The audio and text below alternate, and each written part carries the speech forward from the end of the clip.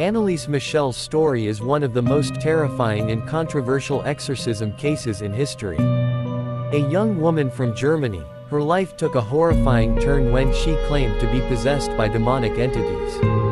Her tragic fate continues to haunt many, raising questions about faith, science, and the supernatural.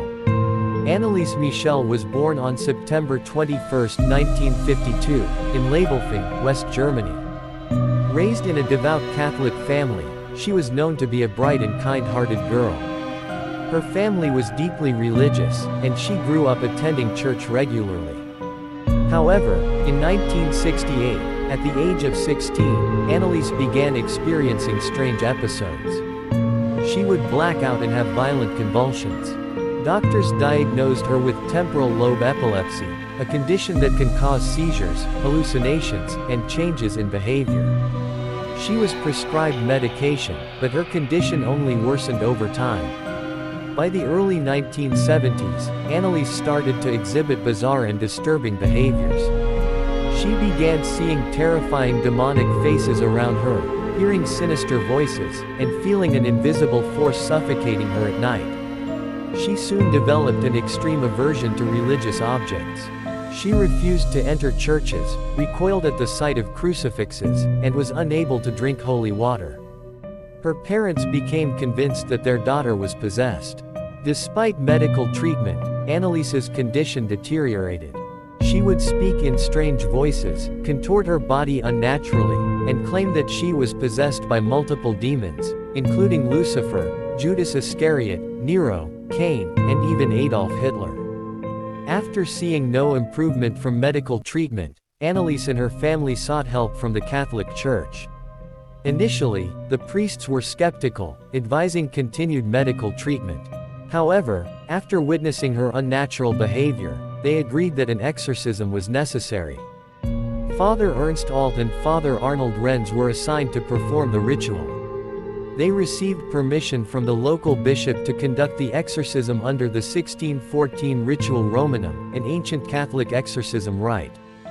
From 1975 to 1976, Anneliese underwent 67 exorcism sessions, each lasting several hours.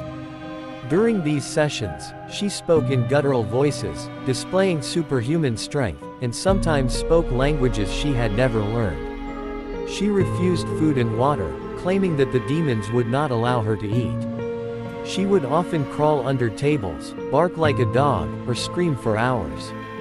Witnesses, including her parents and the priests, reported that she knew things she could not have known: private sins of others, future events, and deep theological knowledge. One of the most chilling moments was when she would switch between different, demonic personalities, each with a distinct voice and behavior. The priests recorded many of these exorcism sessions, and the tapes remain some of the most disturbing evidence of her alleged possession. As the exorcisms continued, Anneliese's health declined rapidly. She became emaciated, her body covered in bruises and sores. She suffered from malnutrition and dehydration, but she refused medical help, believing that suffering was part of her mission. On July 1, 1976, Anneliese Michel passed away in her home. She was only 23 years old. The official cause of death was malnutrition and dehydration, yet her body bore signs of extreme trauma. Her last words to her mother were, "Mother, I'm afraid." After Anneliese's death, the case became a national sensation. Her parents and the two priests were charged with negligent homicide. The trial in 1978 became one of the most controversial cases in modern history. The defense argued that Anneliese was genuinely possessed and that the exorcism was necessary. The prosecution, however, claimed that she suffered from a severe psychological disorder and needed medical treatment, not exorcism. In the end, the priests and Anneliese's parents were found guilty of manslaughter and sentenced to 6 months in prison, later suspended, and 3 years of probation. Was she really possessed? To this day, the case of Anneliese Michel remains debated. Skeptics believe that she suffered from epilepsy and severe psychosis, worsened by her religious upbringing. Her exorcisms, they argue, only fueled her delusions and ultimately led to her death. However, many believers insist that Anneliese's case was a genuine possession. The recorded exorcisms, her knowledge of unknown facts, and her extreme reactions to religious objects suggest something far beyond medical explanation.